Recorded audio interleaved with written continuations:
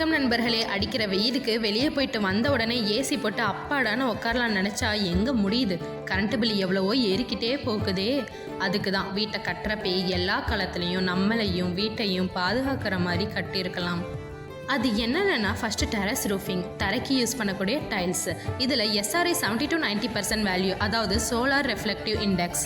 இது வீட்டுக்கு உள்ள வெப்பத்தை விடாமல் சன்ரைஸை ரெஃப்ளெக்ட் பண்ணி வீட்டை குளுமையாக வைக்க உதவும். இந்தியாவில் இருக்கிற டைல்ஸ் என்னென்னா clay tiles, concrete tiles, ceramic tiles, glazed vitrified tiles. இதில் SRI 90% வேல்யூ இருக்குது. அதே போல் நாம் நம்மளை வெயில்லையும் மழையில் இருந்தும் தப்பிக்க குடையை யூஸ் பண்ணுற மாதிரி நம்ம பில்டிங்க்கும் ரூஃபிங் ஷீட் என்ற குடையை போட்டுற வேண்டியது தான். அதுதான் ட்ரெண்டிங்காகவும் வீட்டோட எலிவேஷனுக்கும் அழகு சேர்க்குது.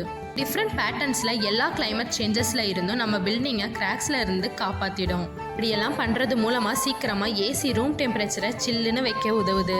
ப்ளஸ் கம்ப்ரஸர் ஓடுற அளவை குறைச்சி கரண்ட் பில்லை எகிறதுலேருந்து தடுத்துடலாம். உங்கள் எதிர்காலம் உங்கள் முடிவு உங்கள் கையில். நன்றி.